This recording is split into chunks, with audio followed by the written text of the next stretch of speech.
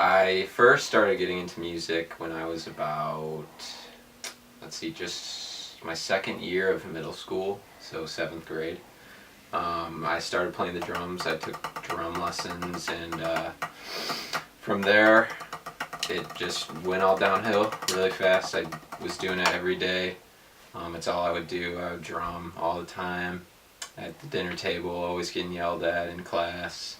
Um, so I did that for a while. Drummed all throughout high school, 4 years.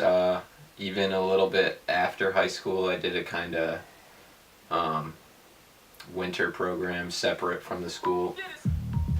I started getting into producing and sound my sophomore year of college. It started out with GarageBand, a little app on my phone. I would just make random beats on there, just mess around. From there, I kind of didn't really know what to do with my life.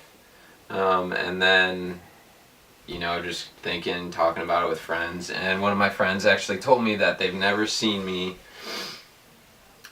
happier than when I'm messing around on GarageBand and making beats. And I kind of just realized then that, I'm stressing myself out, trying to think what I'm going to do with my life, and it's literally right in front of me. And that's when I made the decision.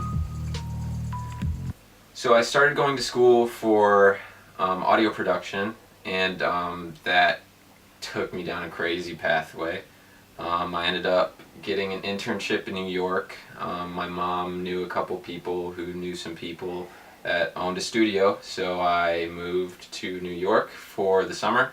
I lived there for about 3 months at Blast Off Production Studio, and I met some crazy people: PNB Rock, Xavier Wolf, Lil Kim, bunch of different people. And it really kind of just brought everything together of what I was going to be doing, and the community, and just really getting in there and seeing what it's like, and spending that time there was absolutely life-changing, and it really made me positive that I was going down the path that I wanted to.